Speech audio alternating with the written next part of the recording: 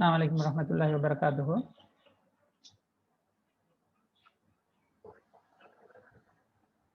Screen வழங்குகிறேன்.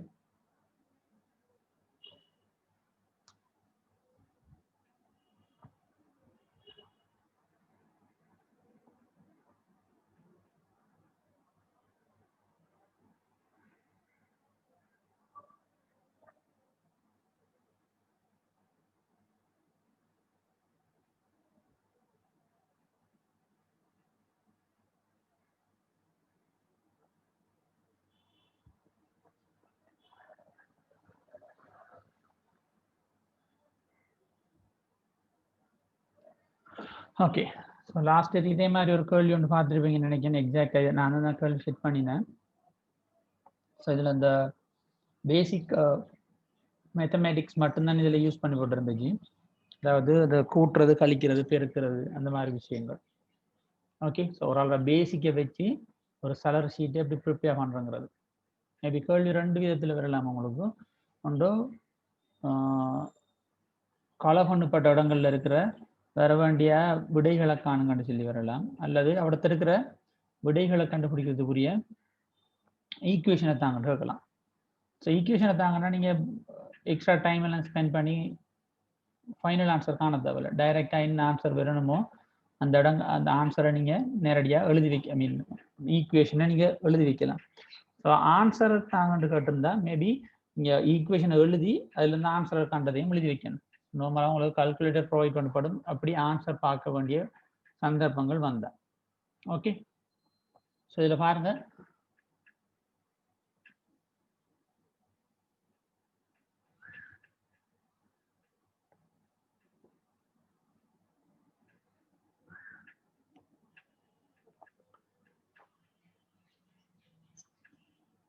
Okay basic பே. So basic பே இதை வச்சு தான் நான் ஃபைண்ட் அவுட் பண்ணணும்னு சொன்னேன். ஆன்சர் எல்லாம் நீங்கள் கால்குலேட் பண்ணணும். இல்லை ரவுண்ட் அப் அமௌண்ட் ஏஎம்டிங்கிறது அமௌண்ட்டுக்கு பதிலாக போட்டிருக்கிறாங்க. இல்லை ரவுண்ட் அப் அமௌண்ட்டுங்கிறது லாஸ்ட்டாக தான் நியூஸ் ஆகும், அதாவது நெட் பே ஃபைண்ட் அவுட் பண்ணும்போது. ரெண்டு விஷயத்தை தெரிஞ்சு கொள்ளுங்க. பேமெண்ட் சலரி கால்குலேட் பண்ணக்குள்ள ரெண்டு விஷயம் பயன்படும். ஒன்று க்ரோஸ் பே என்று சொல்லி, அடுத்தது நெட் பே என்று சொல்லி. ஸோ க்ரோஸ் பேங்கிறது பேசிக், அதில் இருக்கிற அலவன்ஸ் எல்லாமே சேர்ந்து வாரது. ஓகே, நெட் பேன்னு சொல்றது அதில் சில விஷயங்கள் உங்களோட சலரி வந்து சில விஷயங்களை டிடெக்ட் பண்ணுவாங்க, அதுகளை டிடெக்ட் பண்ணதுக்கு அப்புறம் வர்றதுதான் நெட் பே. ஓகே, ஸோ ஃபர்ஸ்ட்டுக்கு இதில் நம்ம பார்ப்போம். இல்லை ஏசி அகாடமிக் அலவன்ஸ் வச்சுக்கொள்வோம். 165% சொல்லப்பட்டிருக்கு. ஓகே, நான் இதில் டைப் பண்ணுறேன். இந்த பேசிக் வந்து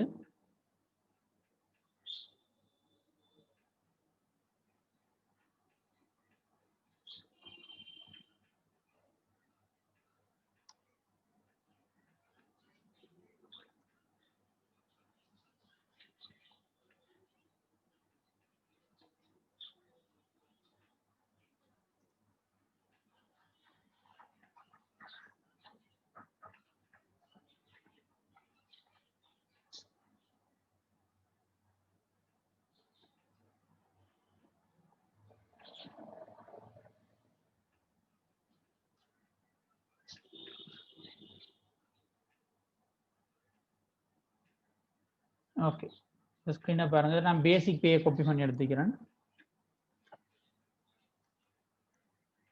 ஓகே, இப்போ அகாடமிக் அலவன்ஸ் இதில் போட்டிருந்துச்சு 165% சொல்லி. ஓகே, இதை ஃபைண்ட் அவுட் பண்ணுறதுக்கு ஈக்குவல் இந்த மெத்தடை ஃபாலோ அப் பண்ணுங்க. இது ஈக்குவேஷன் என்னச்சுன்னா ஈக்குவல் சைன்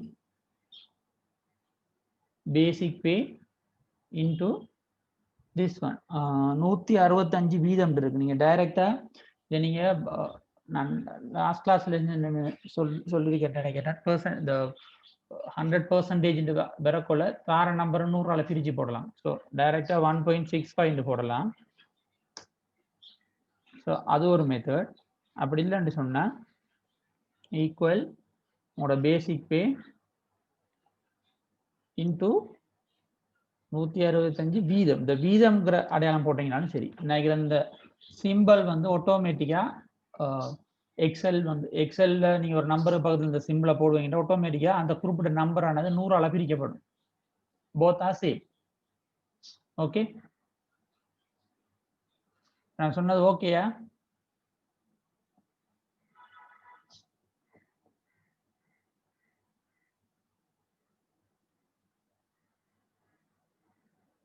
நான் சொன்ன விஷயம் ஓகே புள்ளி கிளியரா?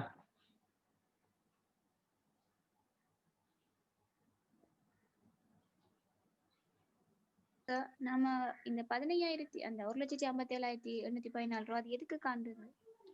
அது என்ன அகாடமிக் அலவன்ஸ்னு சொல்லி ஒன்று உங்களுக்கு தந்திருக்காங்களே இந்த இடத்துல சலரி ஷீட்ல வீதத்துல இருக்கிறது அமௌண்ட்டுக்கு மாத்துறதா? ஓ அது அப்படிதான் உங்களோட க்ரோஸ் சலரி நீங்க ஃபைண்ட் அவுட் பண்றப்போ டைரக்டா நீங்க இதை போட இயலாது.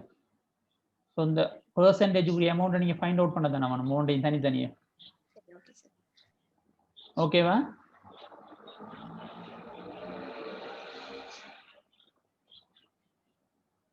கிளியரா விஷயம்? ஓகே அது பார்த்தது? Okay sir. ஓகே, ஸோ அதே மாதிரி அடிஷனல் அலவன்ஸ் 20% கேட்டிருக்காங்க. ஸோ இதையும் இந்த வார இந்த அடிஷனல் அலவன்ஸும் இந்த பேசிக்கை வச்சு தான் ஃபைண்ட் அவுட் பண்ணணும். இதுல 20%. let's say additional allowance 24% வச்சுக்கொள்வோம் is equal this one. நீங்க இப்ப நம்ம எக்ஸாம்ல உங்களுக்கு செல் அட்ரஸ் வராது, செல் அட்ரஸ் திறப்படலைன்னா டைரக்ட் நீங்க நம்பரை தான் போட வேண்டியிருக்கு. ஓகே, இன்டு this 20% or 0.2% போட்டாலும் ஓகே. ஓகே, ஸோ அடுத்தது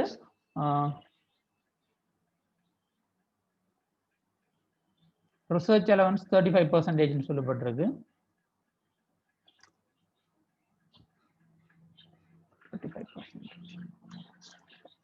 இதுக்குரிய ஆன்சர் நீங்க ஆன்சர் மேனுவல் ஃபார்மேட் எழுதும்போது 95,645 or basic into research allowance 35% அடையாளம் போட வேண்டி வரும். அப்படி இல்லைன்னு சொன்னா அந்த 35ங்கிறத 100ஆல பிரிச்சு போடணும். பிரிச்சு போட்டீங்கன்னா இந்த சிம்பிள் போட வேண்டிய அவசியம் இல்லை. Okay, both are same. இந்த இடத்துல நீங்க 0.35 போட்டாலும் ஓகே.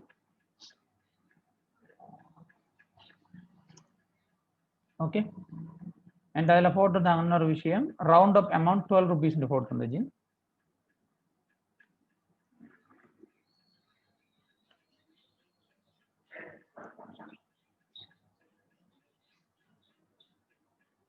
ஓகே, இப்போ இதுக்கு அப்புறம் கேட்டிருக்காங்க உங்களோட க்ரோஸ் சேலரி என்னன்னு சொல்லி கேட்டிருக்கு. இந்த இடத்துல பார்க்கலாம் க்ரோஸ் பே கேட்டிருந்துச்சு. ஸோ இந்த க்ரோஸ் பேங்கிறது இல்லைகிற சகல விடயங்களையும் உள்ளடக்கியதாக வரும். So basic pay plus round up amount plus இதில் வர இந்த அமௌண்ட் 7,800 அது ஃபிக்ஸ்ட் அமௌண்ட் ஒன்று தந்திருக்கிறாங்க. அடுத்தது இதில் கால்குலேட் பண்ண வேல்யூ, இதில் கால்குலேட் பண்ண வேல்யூ, இதில் கால்குலேட் பண்ண வேல்யூ. ஸோ இதுக்குரிய ஈக்குவேஷன் என்ன உங்கள்கிட்ட கேட்டாங்கன்னா நீங்கள் எழுதலாம். Let's say gross pay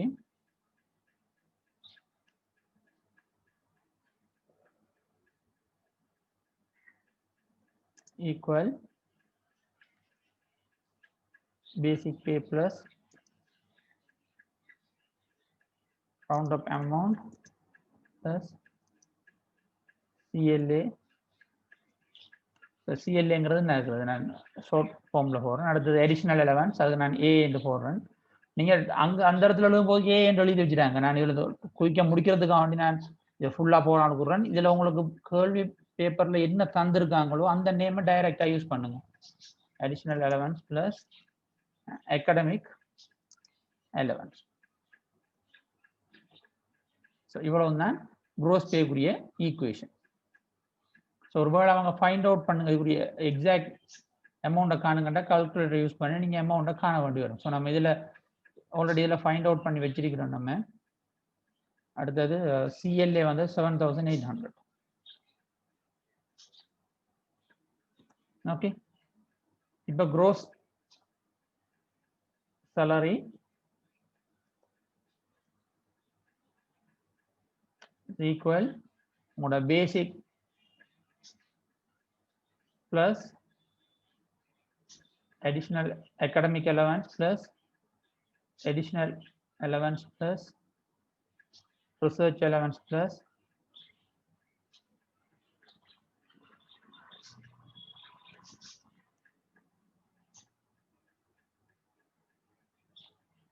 round up amount plus CLA இதான உங்களோட பேசிக். ஸோ அந்த ஸ்டாஃப்ட க்ரோஸ் சேலரி இதை வர டேக் ஹோம் சேலரி இல்லை. கவனிங்க, சில நேரங்களில் டேக் ஹோம் சேலரி கேட்கலாம், சில நேரங்களில் நெட் பே கேட்கலாம். அது ரெண்டும் ஈக்குவல் சேம் டேர்ம் தானே. அது டேக் ஹோம் சேலரியும் நெட் பேமெண்ட்டும் ஈக்குவலாக தான், அதாவது சேம் டெர்மினாலஜி தான் அது. ஓகே, ஒரே கருத்துக்களை அது டிஸ்பிளே பண்ணும் உங்களுக்கு. ஓகே, இப்போ நம்ம நெட் பே ஆகிறதுக்கு முதல்ல சில அமௌண்ட் நம்ம டிடெக்ட் பண்ண வேண்டியிருக்கு. டிடெக்ஷன் போட்டிருக்காங்க, சில நேரங்கள் போடாமலும் விடலாம். ஓகே, ஸோ இப்போ இந்த டிடெக்ஷனில் போட்டுக்கிறாங்க ஃபெஸ்டிவல் அலவன்ஸ் வந்துட்டு 1250 போட்டுக்கிறாங்க. அதாவது அவர் என்ன செஞ்சுக்கிறாருன்னு சொன்னால், அவர் சலரியில் வந்துட்டு ஒரு அட்வான்ஸ் வந்து லோன் மாதிரி எடுத்திருப்பார். அவர் ஃபெஸ்டிவலுக்கு ஏதோ ஒரு ரீசனுக்கு எடுத்திருப்பார். அந்த அமௌண்ட்டை ஒரு குறிப்பிட்ட நம்பரால் பிரிச்சு ஒரு அமௌண்ட் அவங்க மாதம் மாதம் கழிச்சிட்டு வருவாங்க. இதில் டைரெக்டாக போட்டுருக்காங்க, ஒரு எவ்வளோ எடுத்து எத்தனை மாதத்துக்கு அதை கட்ட போகிறான்னு போடாமலுக்கு டைரெக்டாக ஃபெஸ்டிவல் அலவன்ஸ் ஒரு டிடெக்ட் பண்ணப்படுதுன்னு சொல்லப்பட்டிருக்கு. ஓகே, சில நேரங்களில் சொல்லலாம் அவர் என்ன செஞ்சுக்கிறாரு, 10,000 ரூபா வந்து ஃபெஸ்டிவல் அலவன்ஸ் எடுத்துக்கிறாரு. அதை 10 மாதத்துக்கு கட்டக்கூடியதாக எக்ரிமெண்ட்ல எடுத்துக்கிறாருன்னு சொன்னால், அப்போ அவருக்கு ஃபெஸ்டிவல் அலவன்ஸ் டிடெக்ஷன் வந்து 1000 rupees வரும். ஓகே, 10,000 எடுத்திருக்கிறாரு, அதை 10 மாதத்துக்கு பே பண்ண போறாருன்னு சொன்னா. ஃபார் எக்ஸாம்பிள் 15 எடுத்துக்கிறாரு, அதை 10 மாதத்துக்கு தான் பே பண்ண போறாருன்னு சொன்னா, அவரோட ஃபெஸ்டிவல் அலவன்ஸ் டிடெக்ஷன் வந்துட்டு 1500 வரும். ஸோ அவங்க அந்த விஷயத்தை அதில் டைரக்டா சொல்லாமலுக்கு, ஐ மீன் சுத்தி வளைச்சு சொல்லாமலுக்கு டைரக்டா ஃபெஸ்டிவல் அலவன்ஸா 1250 டிடெக்ட் பண்ண போறது அவர் சேலரில இருந்து சொல்லப்படுது. சில நேரங்கள்ல அவர் எந்த அட்வான்ஸும் எடுக்கல, அட்வான்ஸ் பே எதுவுமே அவர் எடுக்கலன்னு சொன்னா நினைக்கிறது பெறாது. ஓகே, ஸோ கேள்வியை நல்லா வாய்ச்சி கொள்ளுங்க. கேள்வியில சொல்லப்பட்டிருந்தால் ஓகே, இந்த விஷயம் தரப்படலன்னு வச்சுக்கொள்வோமே, இப்படி ஒன்று தரல, மற்ற விஷயங்கள் தந்திருக்கான்னு வச்சுக்கொள்வோம். இந்த விஷயங்கள் தரப்படலை, இன்னைக்கு இந்த ஃபெஸ்டிவல் அலவன்ஸ்ங்கிற விஷயம் இந்த இடத்துல டிடெக்ஷன்ங்கிற ஏரியாவில் போடல. பட் கேள்வியில சம்டைம் சொல்லியிருந்தாங்கன்னு அவர் 12,000 ரூபாய் அட்வான்ஸ் பேமெண்ட் எடுத்திருக்கிறாரு, அதை 10 மாதத்துக்கு அல்லது 8 மாதம் மாதிரி நம்பர்ஸ்ல தருவாங்க, இத்தனை மாதத்துக்கு கட்டக்கூடியதாக எடுத்திருக்காருன்னு சொன்னா, அந்த இடத்துல இது சொல்லப்படாட்டியும் கேள்வியில் சொல்லப்பட்டிருந்தா நீங்க எட் பண்ணணும், அதை பிரிச்சு வைக்கணும். ஃபார் எக்ஸாம்பிள் 12,000 எடுத்துக்கிறாரு, 8 மாதத்துக்கு பே பண்ண போறாருன்னு சொன்னா, அப்ப நீங்க இந்த இடத்துல டிடெக்ஷன்ல 12,000 8ஆல பிரிச்சு வர அமௌண்ட் இந்த இடத்துல நீங்க நோட் பண்ணி கொள்ளணும். ஓகே, அது டிடெக்ஷன்ல சேரும். அது இப்போ டைரக்டா சொல்லியிருந்தாங்க அந்த இடத்துல ஃபெஸ்டிவல் அலவன்ஸ் வருதுன்னு சொல்லி, நீங்க மேலுக்கு அதை பத்தி கவலைப்பட வேண்டிய அவசியம் இல்லை, நீங்க இதுல இருக்கிறத யூஸ் பண்ணிட்டு போகலாம். இப்போ டிடெக்ஷனை பார்ப்போம். டிடெக்ஷன் வந்துட்டு 1250 வருது. அடுத்தது ஸ்டாம்ப் டியூட்டிக்கு ஒரு 25 ரூபா டிடெக்ட் பண்றாங்க. ரவுண்ட் அப் அமௌண்ட் சொல்லி ஒரு 1 ரூபியை டிடெக்ட் பண்றாங்க. அடுத்தது யூபிஎஃப், எம்ப்ளாய் யூபிஎஃப் ஃபண்டுக்கு ஒரு 8%. இந்த 8% அவர பேசிக்ல இருந்து தான் நீங்க ஃபைண்ட் அவுட் பண்ணணும். இப்போ நம்ம டிடெக்ஷன்ங்கிறதுல பார்ப்போம். ஃபெஸ்டிவல் அலவன்ஸ்ல 1250. அடுத்தது இதுல ரவுண்ட் அப் அமௌண்டா ஒரு 1 ரூபி டிடெக்ட் ஆகுது.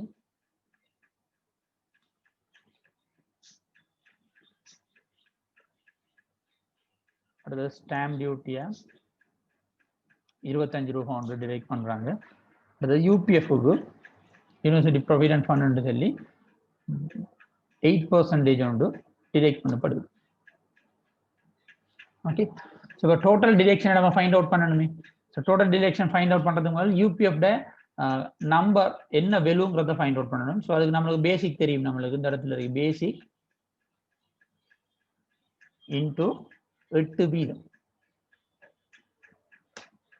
then direct இப்போ டோட்டல் டிடெக்ஷன் எவ்வளோன்னு பார்த்தோம்னு சொன்னா,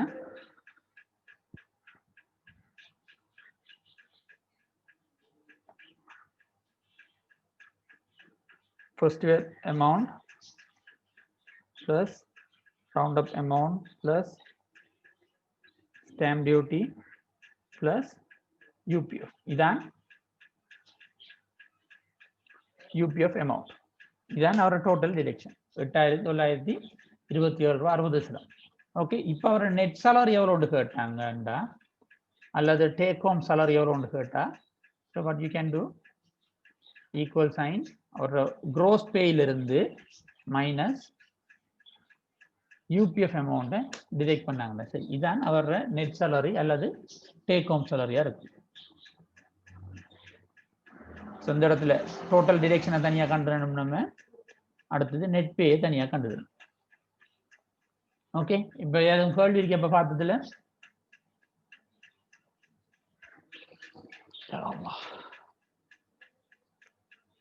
சார் அந்த ஃபர்ஸ்ட்டுக்கு 165 அந்த ஃபர்ஸ்ட்டுக்கு வருது, அது இன்னொரு விளங்கப்படுத்துங்க. ஓகே,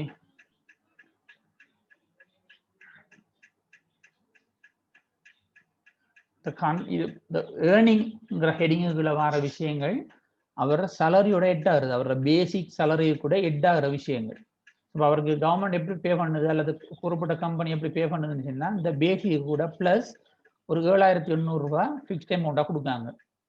இது ஒரு எலவன்ஸ். அதே மாதிரி ரவுண்ட் அப் அமௌண்ட் சொல்லி ஒரு 12 ரூபாய் சேர்வடுது. ஸோ இது எக்ஸாக்டா இந்த வெளிவு தான் இருக்கின்ற அவசியம் இல்லை. மேபி நினைக்கிற டேர்ம் அந்த இடத்துல பெறாமல் கூடலாம். ஸோ இந்த ஏர்னிங்ல நீங்க இன்க்ளூட் பண்ண வேண்டிய விஷயங்கள் இது. க்ரோஸ் பே வரும்போது அவர் கொடுக்க வேண்டிய அலவன்ஸ் எல்லாம் நீங்க எட் பண்ணி தான் பார்க்கணும். ஒரு அடிஷனல் அலவன்ஸ் 20% கொடுக்குது. ஸோ அந்த 20%ங்கிறது அவரோட பேசிக்கை வச்சு கால்குலேட் பண்ணணும். ரிசர்ச் அலவன்ஸுங்கிற பேர்ல ஒரு 35% கொடுக்காங்க. அவரோட பேசிக் சேலரியில 35% பேசிக் பேயா கொடுக்குறாங்க. சாரி, ரிசர்ச் அலவன்ஸா கொடுக்குறாங்க. அதே போல இந்த அகாடமிக் அலவன்ஸ்னு சொல்லி ஒரு 165% கொடுக்குறாங்க. நார்மலா யூனிவர்சிட்டியில் இருக்கிற டீச்சர்ஸ், யூனிவர்சிட்டி லெக்சரர்ஸை பார்த்தீங்கன்னா அவங்களோட சேலரி இந்த ஸ்டைலில் தான் இருக்கும். ஒவ்வொரு கவர்மெண்ட் ஸ்டாஃப்ல ஒவ்வொரு ஸ்டைலில் இருக்கும். பட் யூனிவர்சிட்டி டீச்சர்ஸ் பொறுத்த வரைக்கும் அவங்களுக்கு அகாடமிக் அலவன்ஸ் கொடுவிடும். அவங்களோட கிரேட்டை பொறுத்து 65%, 100%, 115%, 140%, 160, ப்ரொஃபஸர் 165%, அப்படி அந்த டிஃப்ரெண்ட் கேட்டகரி பெர்சன்டேஜ்ல அவங்களுக்கு ஒரு அலவன்ஸ் ஒன்று கொடுக்கணும். அவங்களோட அகாடமிக்னு சொல்லி ஒரு அலவன்ஸ் உண்டு. அந்த அலவன்ஸுக்கு தான் நான் இதை போட்டிருக்கேன். எக்ஸாக்ட் அந்த நம்பர் தான் போடணும் அவசியம் இல்லை. மேபி கால்குலேஷனுக்கு டிஃப்ரெண்ட் நம்பர்ஸை யூஸ் பண்ணலாம். அடுத்தடுத்தது இதே ஸ்டைலில் தான் சேலரி ஷீட் வரும்னு நீங்க எதிர்பார்க்க தேவையில்லை. வித்தியாசமான ஃபார்மேட்லையும் பெறலாம். ஸோ நீங்க இந்த க்ரோஸ் பே காணும்போது மைண்ட்ல வச்சுக்கொள்ளுங்க, இதுல அலவன்ஸ் வார விஷயங்கள் எல்லாமே எட் பண்ணப்படணும். இந்த ஏரியாவில் வர விஷயங்கள், அந்த ஏர்னிங்ஸ் உள்ள வர விஷயங்கள் எல்லாமே எட் பண்ணப்படணும். ஓகே, டிடெக்ஷனை அதுல எட் பண்றது.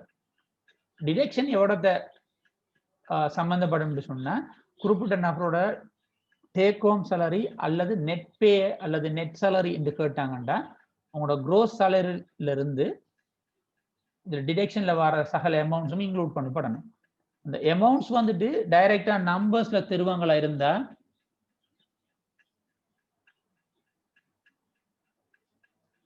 பாருங்க, இந்த எலவன்ஸ் எல்லாம் வந்துட்டு டைரக்டா நம்பர்ல சந்திக்காங்க. அப்ப நம்ம இதை திரும்ப பெருக்கி அந்த பிரச்சனை நம்மளுக்கு இல்லை. டைரக்டா இவங்க ரெண்டு வரையும் நம்ம எட் பண்ணலாம். பட் இந்த எலவன்ஸ் வரது பாருங்க, இந்த additional allowance, research allowance, academic allowance, அடுத்தது யூபிஎஃப் எம்ப்ளாயி யூபிஎஃப்ங்கிற அமௌண்ட், இதெல்லாம் வந்து பெர்சன்டேஜ்ல தந்திருக்காங்க.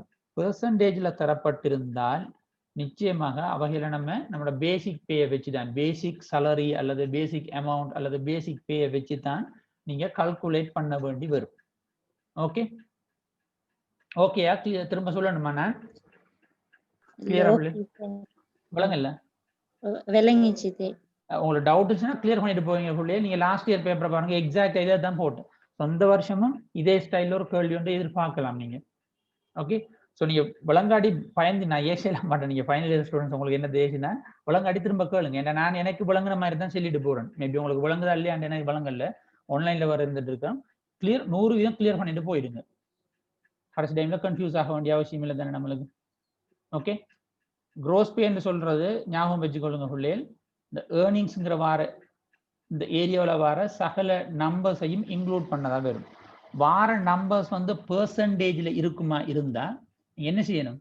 பேசிக்கை பயன்படுத்தி அந்த குறிப்பிட்ட பெர்சன்டேஜ் கூடிய அமௌண்ட்டை காணணும். இந்த சிஎல்ஏங்கிறத கவனிச்சிங்கன்னு சொன்னா இதுல பெர்சன்டேஜ் சம்மந்தப்படலை, டைரக்டா 7,800 ரூபான்னு தரப்பட்டிருக்கு. ஸோ நம்ம இதுல நம்ம இந்த பேசிக்கோட பெருக்கிற தன்மையெல்லாம் இல்லை, டைரக்டா பேசிக்கோட எட் பண்ணலாம், கூட்டலாம். அது ஏனைய அமௌண்ட்டை பாருங்க, எடிஷனல், ரிசர்ச், எக்கனாமிக் எல்லாம் வந்துட்டு பெர்சன்டேஜ்ல தந்திருக்காங்க. அப்படி பெர்சன்டேஜ்ல தந்த காரணத்தினால நம்ம பேசிக்கை பயன்படுத்தி அதை மல்டிப்ளை பண்ணி அதுக்குரிய அமௌண்ட்டை நம்ம காண வேண்டி இருக்கு. ஓகேயா சார்? இப்ப நான் வந்து அந்த எவ்வளவு 100க்கு மேல வந்தாலும் வந்து பேசிக் சேலரியில வச்சு இந்த அமௌண்ட்டை போட்டு பெர்சன்டேஜ் பார்த்தா ஓகே. ஆமா, நீங்க பெர்சன்டேஜ் 165 100 மேல வர யோசிக்க தேவையில்லை. அது 300 இப்ப நம்ம சில இந்த ஃபார் எக்ஸாம்பிள் வெஹிக்கிள் இருக்கு தானே, வெஹிக்கிளை இறக்குமதி செய்யறாங்க. பிரைஸ் ஏன் கூடன்னு சொன்னா ஒரிஜினல் பிரைஸ் 20 லட்சமா இருக்கும். பட் அதுக்கு நம்ம கட்டுற வரி வந்து 300 வீதம். வழங்கிட்டு அந்த பெர்சன்டேஜ் வந்து எத்தனை வீதமும் பெறலாம். இதை பொறுத்த வரைக்கும் நான் படுத்த இந்த எக்ஸல் ஷீட்டை பொறுத்த வரைக்கும் பிள்ளைகள் பாருங்க, நீங்க ஒரு நம்பருக்கு பக்கத்துல பெர்சன்டேஜ்ங்கிற குறியீடை போடுவீங்கன்னு இருந்தா எக்ஸல் எப்படி பார்க்கும்னா 100க்கு 5 தான் பார்க்கும். இது எதுக்கு ஈக்குவல்னு சொன்னா ஈக்குவல் 5/100ங்கிறதுக்கு ஈக்குவல், அதாவது 0.05. வழங்கிட்டா நம்ம இந்த பெர்சன்டேஜ் 5 வீதம் என்னது பெர்சன்டேஜ்னா 100 வீதம் தானே பார்க்குது. அவரது எப்படி 165 வந்த 100ஓட கூட எப்படி வந்த அந்த கன்ஃபியூஸுக்கு நீங்க போகணும். எக்ஸலுக்குள்ள ஒரு நம்பருக்கு பக்கத்துல நீங்க பெர்சன்டேஜ்ங்கிற அடையாளத்தை போடுவீங்களா இருந்தா அது 100ஆல பெருக்கப்படுது என்ற அர்த்தம். 165 வீதத்தை நீ எடுத்துக்கொள்ளுங்களேன், 165 வீதம். நான் அதுல அந்த கேள்வி வந்தது 165 வீதம். அதே கான்செப்ட்ல பார்ப்போமே, 165 வீதம் என்ன மீனிங் சொன்னா இஸ் ஈக்குவல் 165 100ஆல பிரிக்கிறதுக்கு ஈக்குவல். That's all. 1.65 வீதம். அவர் ஒரிஜினல் 165 வீதம் என்ன அர்த்தம்? அவரோட சலரில தர 1.65 வீதம், 1.5 மடங்குக்கு கூடாது. விளங்கிட்டா?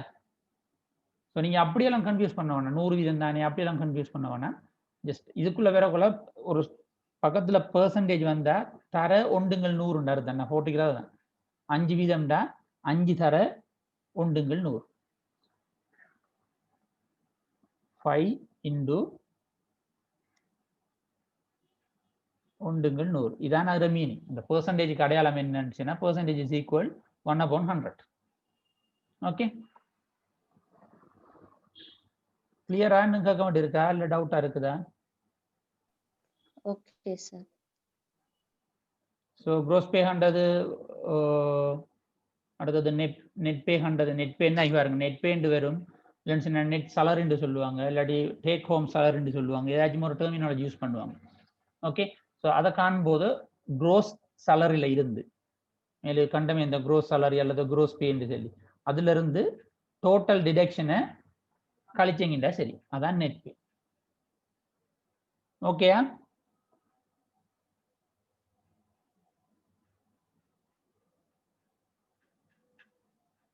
ஓகே பிள்ளைகள்? Okay sir. ஓகே, அதான் சொல்லுது. நான் ஆஃப்டர் 5 minutes கண்டினியூ பண்றேன்.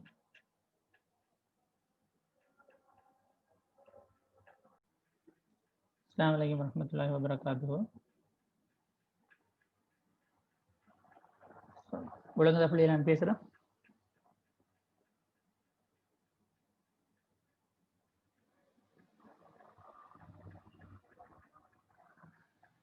ஓகே, ஸோ அடுத்த விஷயம் இதில் பாருங்க, பென்ஷன், யூபிஎஃப், இடிஎஃப்னு 3 விஷயம் இதில் மென்ஷன் பண்ணிருக்கிறேன். பென்ஷன் 8%, யூபிஎஃப் 7%, இடிஎஃப் 3% சொல்லி இது மூன்றும் பேசிக்கை வச்சு தான் ஃபைண்ட் அவுட் பண்ணுறேன். பேசிக்கில் 8 வீதம் பென்ஷனுக்கு போகுது, யூபிஎஃப்க்கு 7 வீதம் போகுது, இடிஎஃப்க்கு 3 வீதம் போகுதுன்னு சொல்லி. ஸோ இது மூன்றும் நம்மளோட சலரியோட மிக்ஸ் ஆக மாட்டேன். ஓகே, இது க்ரோஸ் சலரிக்கு மிக்ஸ் ஆக மாட்டான், நெட் சலரிக்கு மிக்ஸ் ஆக மாட்டான். இதை நார்மலாக நீங்கள் ஃபைண்ட் அவுட் பண்ணலாம் அழகான முறையில்.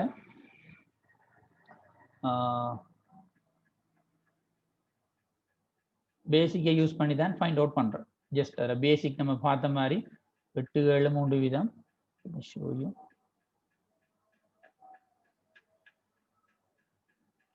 பேசிக் சலரி இந்த இடத்துல இருக்கு, இல்லை 8 வீதம் ஒன்று சொல்லியிருந்தேன். எதுக்கு போகுதுன்னு சொல்லியிருந்தேன்னு சொன்னா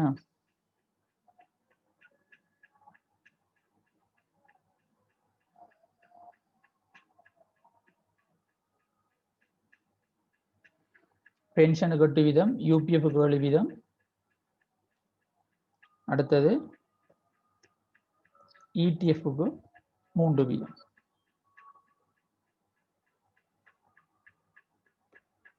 ஓகே, ஸோ இது நம்மளோட சலரி கூட மிக்ஸ் ஆக மாட்டேன். நீங்க க்ரோஸ் சலரிலையும் வேற சேர்க்க தேவையில்லை, அடுத்தது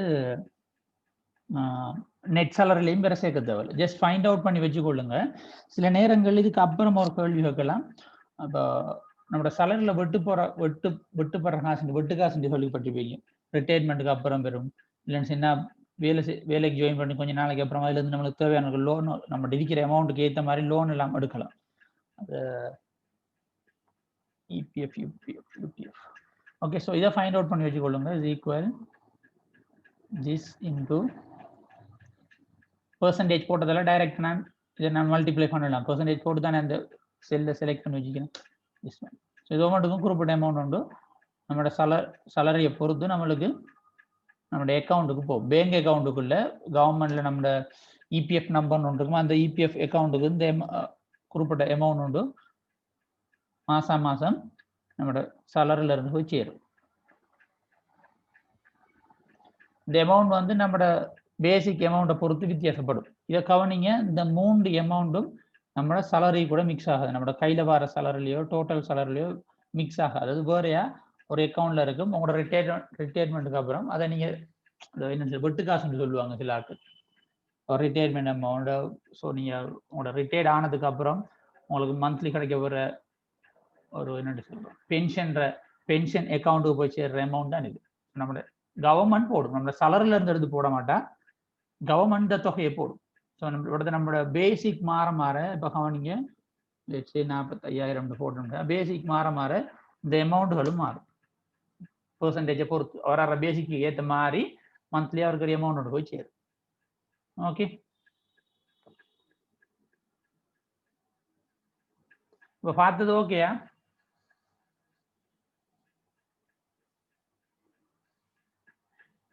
Are you all clear?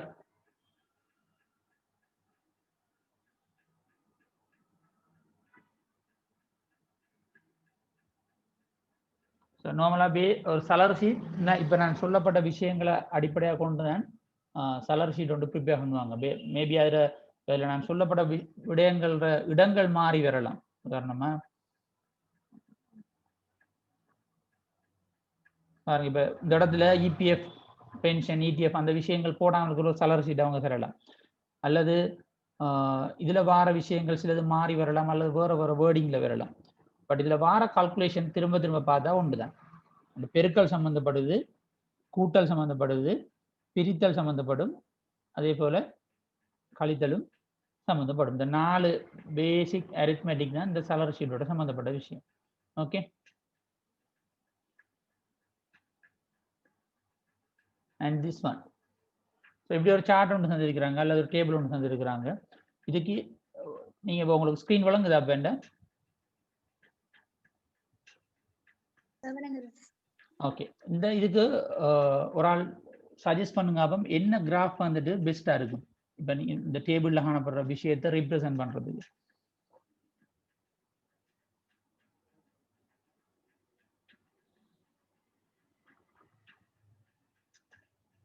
Anyone answer me? Can anyone answer me? Bar chart. Bar chart. Where are answers?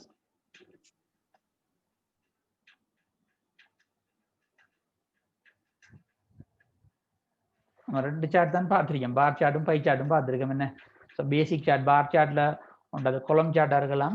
இல்லைன்னு சொன்னேன் அதில் டிஃப்ரெண்ட் டைப் இருக்கும். ஸ்டெக் கொலம், அந்த 100% வாரது, அப்படி வித்தியாசமான சார்ட் இருக்கு. ஸோ வாட்டெவர் ஒரு சார்ட்டை நீங்கள் பார் சார்ட்னா பார் சார்ட்டை நீங்கள் சஜஸ்ட் பண்ணிட்டு இப்போ அந்த சார்ட்டை ஃபைண்ட் அவுட் பண்ணுறதுக்குரிய ஸ்டெப்ஸை எழுதுங்கன்னு சொன்னால் எப்படி ஆன்சர் பண்ணுவீங்க? இதுக்குரிய பார் சார்ட், பட் பார் சார்ட்னு சொல்லி சஜஸ்ட் பண்ணியிருப்பீங்க, அல்லது பை சார்ட்னு சொல்லி சஜஸ்ட் பண்ணியிருப்பாங்க. அதுக்குரிய ஸ்டெப்ஸ் எழுத சொன்னா எப்படி எழுதுவீங்க? Can you write the steps and send me to the message box.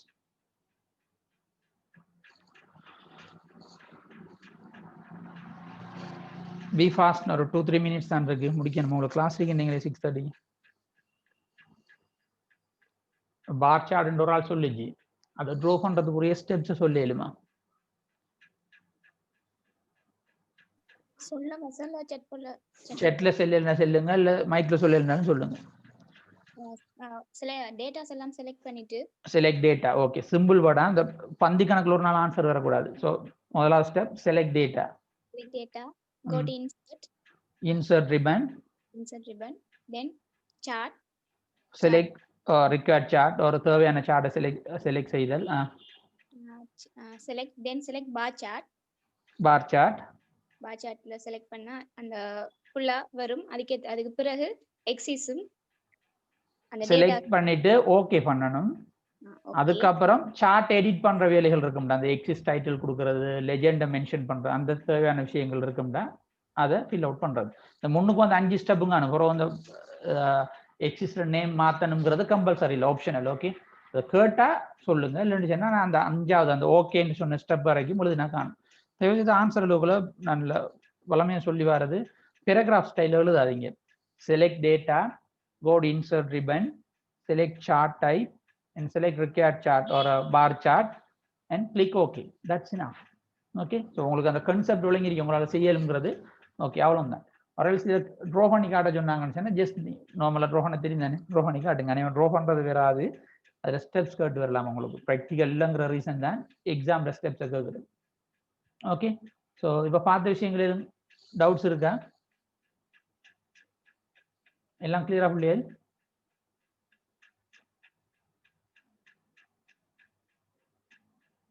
Okay, so அடுத்த கிளாஸ் இருக்கா இல்லையான்னு நான் நிமிஷம் சாரோட டிஸ்கஸ் பண்ணிட்டு சொல்கிறேன். உங்களுக்கு வீடியோஸ் அவ்வளோ தந்திருக்கேன். நான் எக்ஸல் யூஸ் பண்ணுற ஃபார்முலாஸ் எல்லாம் தமிழில் ஒவ்வொரு 8, 9, 10 நிமிஷம் வீடியோ தான். மேக்ஸிமம் 10 இல்லாட்டி 12 வீடியோஸ் வந்திருக்கும். அதை பார்த்துக்கொள்ளுங்க. நான் ரெக்கார்டிங் போட்டிருப்பேன், அந்த வெப் பேஜ்லேயே போட்டிருப்பேன். இதில் ரெக்கார்டிங்கே நான் போடுறேன். ஷாலா நைட்டுக்கு நான் போடுறேன், ரெக்கார்ட் பண்ணி தான் இருக்கிறேன். Okay, friends, can I shut down now? Okay, thank you very much. Have a nice weekend, everyone.